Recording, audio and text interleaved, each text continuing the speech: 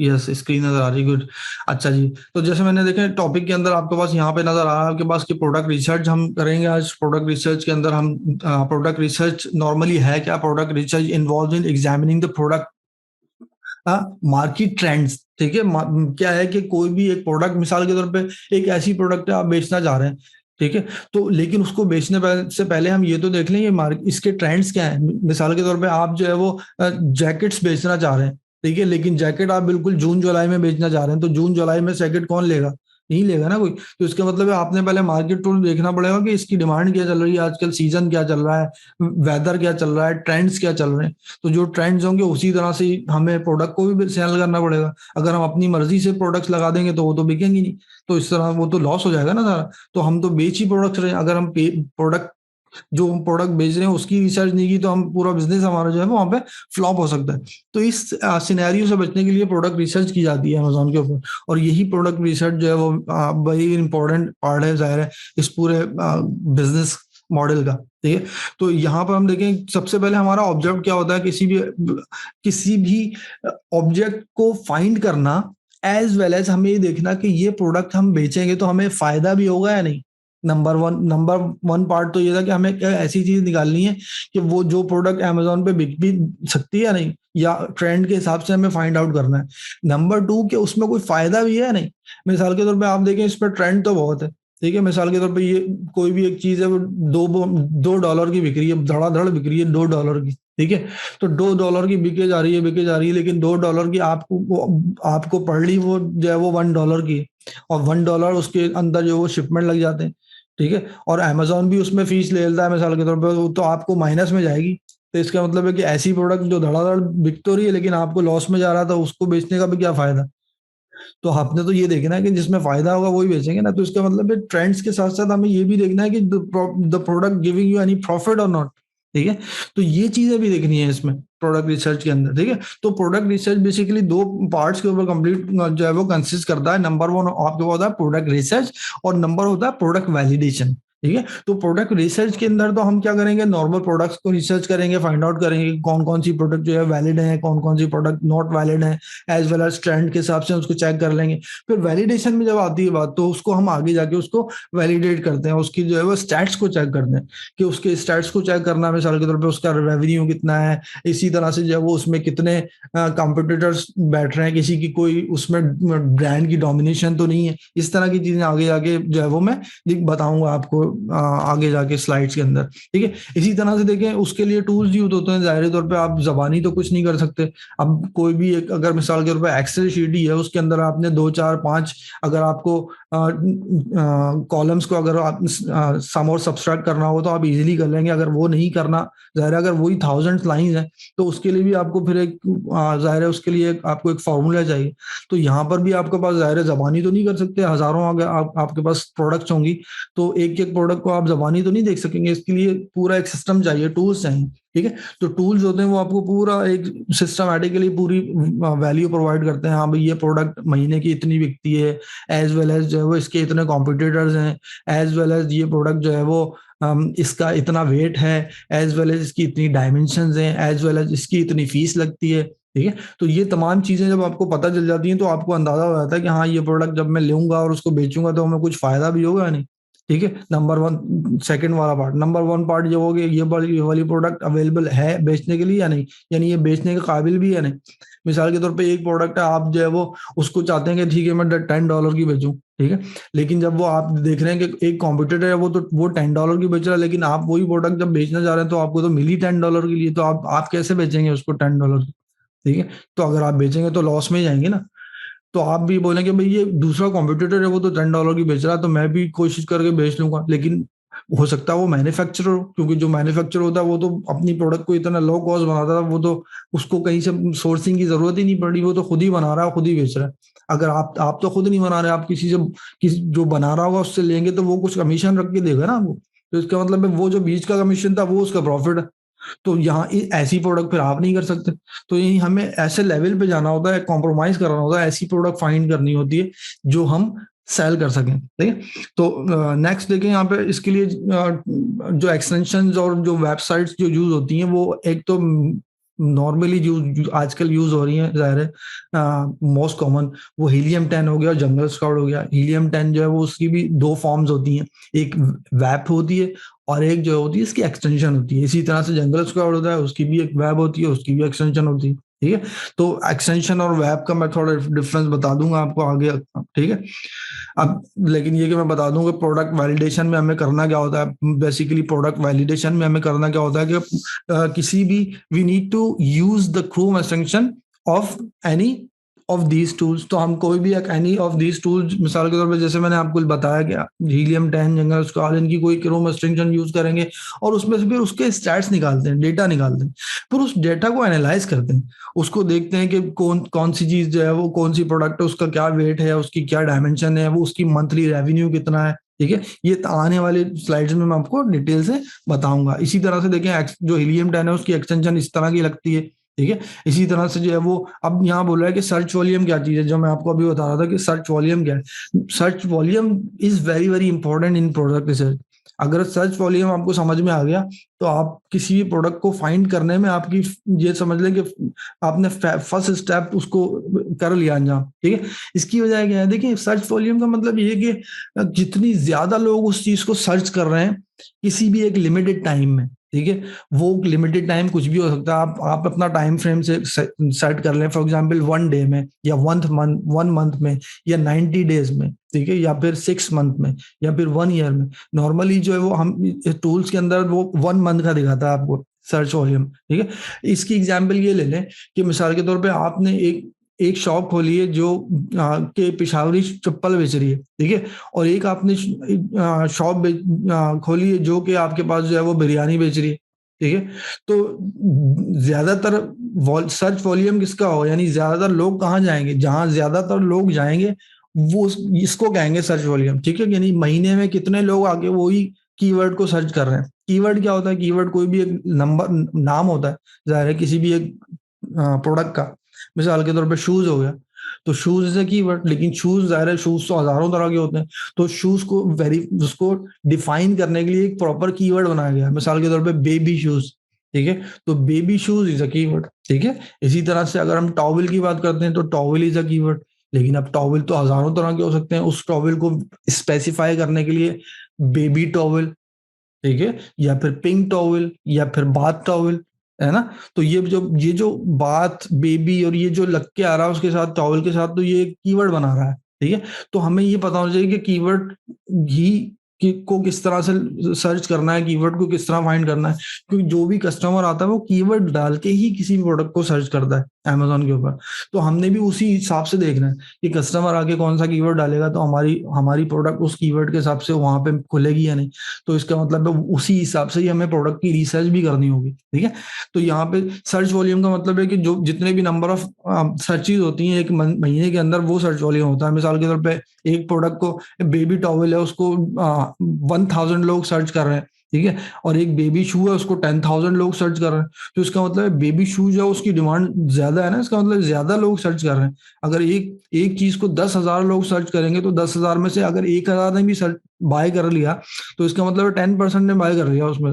लेकिन एक प्रोडक्ट को सर्च ही 1,000 लोग कर रहे हैं, जब 1,000 लोग सर्च कर रहे हैं उसमें से 10% देंगे तो वो तो 100 ही बिकेंगे महीने के। तो इसका मतलब है जितना ज्यादा सर्च वॉल्यूम होगा उतने ही बिकने के चांस भी ज्यादा होंगे। ठीक है, और उतनी वॉल्यूम बिकने के भी चांस ज्यादा होंगे।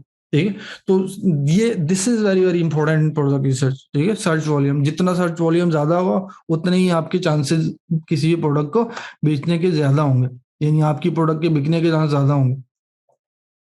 ठीक है, इसी तरह से जो है वो जैसे मैं आपको बता रहा था कि जब सर्च वॉल्यूम की हम बात करते हैं तो सर्च वॉल्यूम किसी भी कंट्री के हिसाब से होता है, क्योंकि मैंने आपको पहले बताया था कि मार्केट प्लेस जितनी बड़ी होगी उतनी ज्यादा लोग होंगे वहां पे।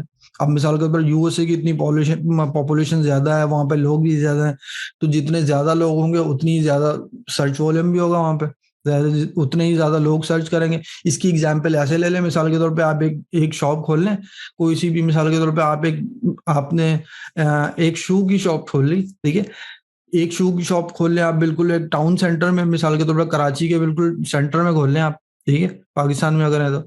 और एक दुकान खोल लें बिल्कुल थर के अंदर जाके, बिल्कुल थर के अंदर, बिल्कुल मेन थर के अंदर एक दुकान खोल लें।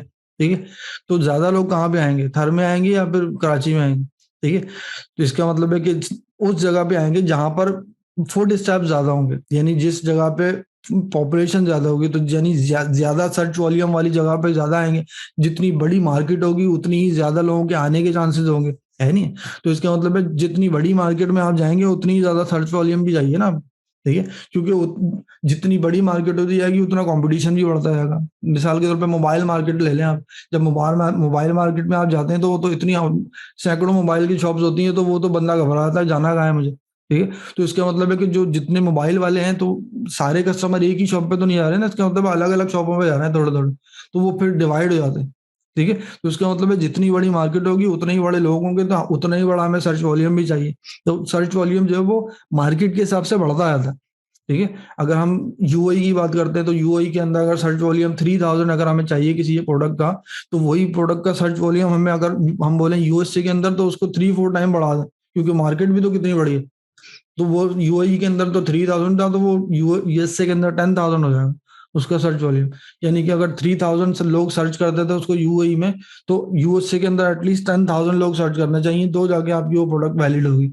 अदरवाइज़ वो फिर वो इनवैलिड, मतलब ये कि वो प्रॉफिट नहीं होगा उसमें कोई, ठीक है? यानी उसके बिकने के चांसेस भी कम हो जाएँगे, क्योंकि ज़ाहिर है इतनी ज़्यादा कॉम्पिटिशन बढ़ जाएगा, ठीक है?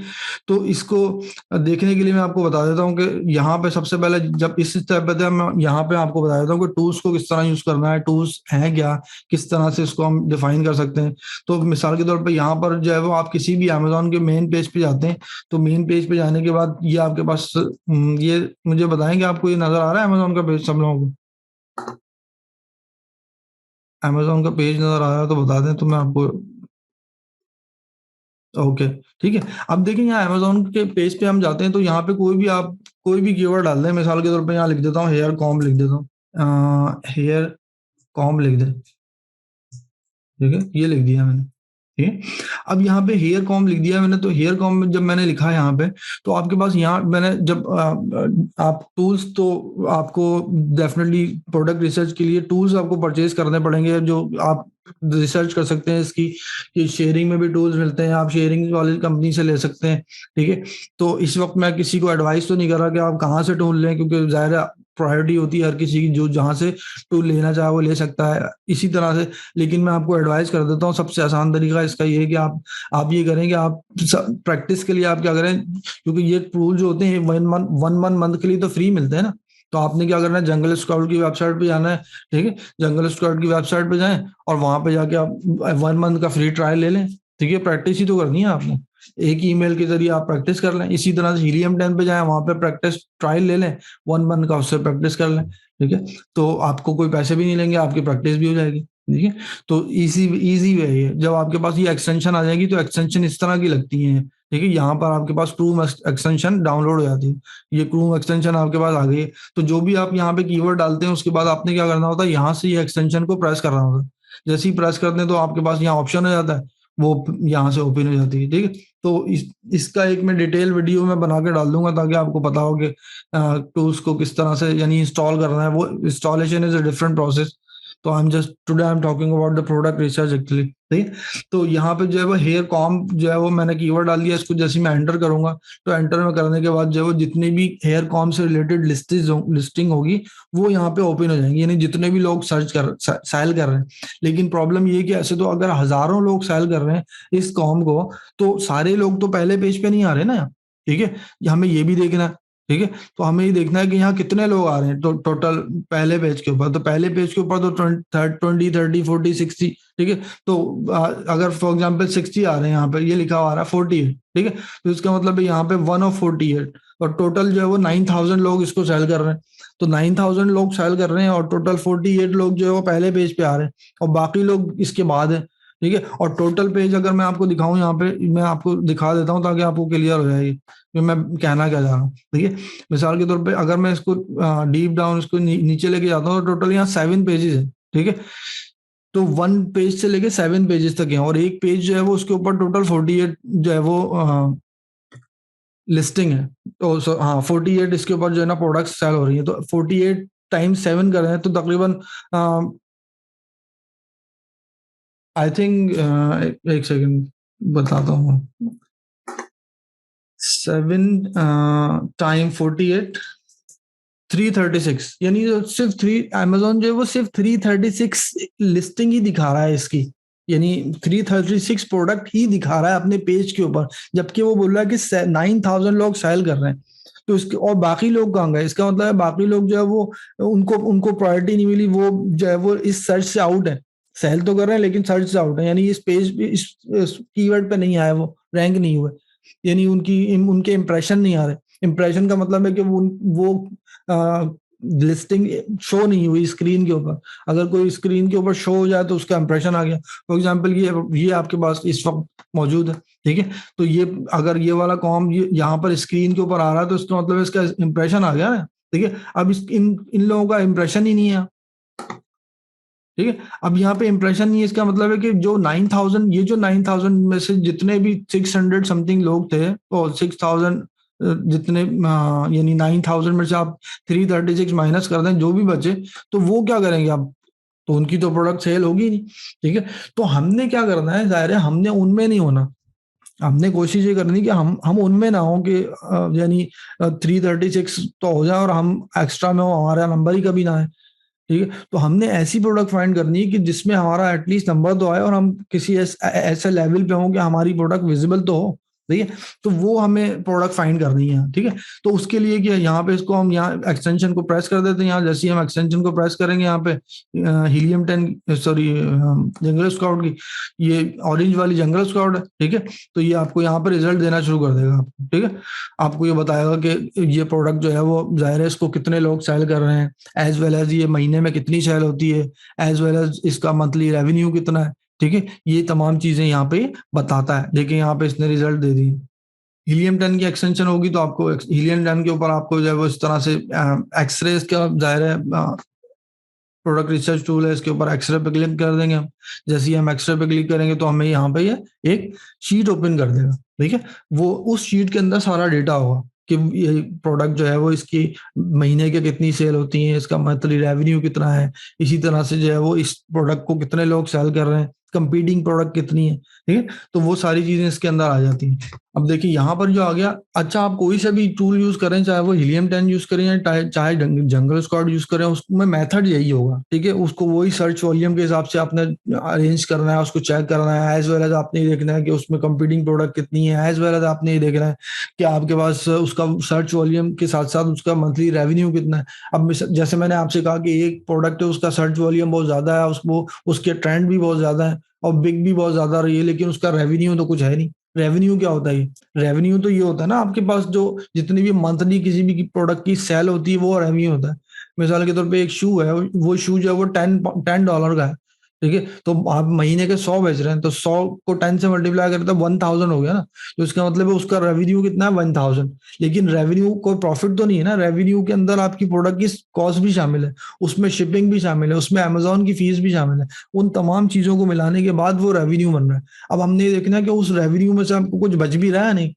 इसी तरह से मैं जब तक इसको स्लाइड को भी एक्सप्लेन कर देता हूँ थोड़ा आपको, कि यहाँ पर जो है वो जैसे मैं आपके पास सर्च वॉल्यूम में हम लोग ने रीड कर लिया था कि जाहिर है यूएसए के अंदर आपको ज्यादा सर्च वॉल्यूम चाहिए, एटलीस्ट आपके पास 11,000 सर्च वॉल्यूम होगा तो ही आप जाके किसी भी एक प्रोडक्ट को वहाँ पे अगर लिस्ट करेंगे तो आपके पास कुछ चांसेस होंगे उसके प्रोडक्ट के सेल होने के। Otherwise it will be very tough for you.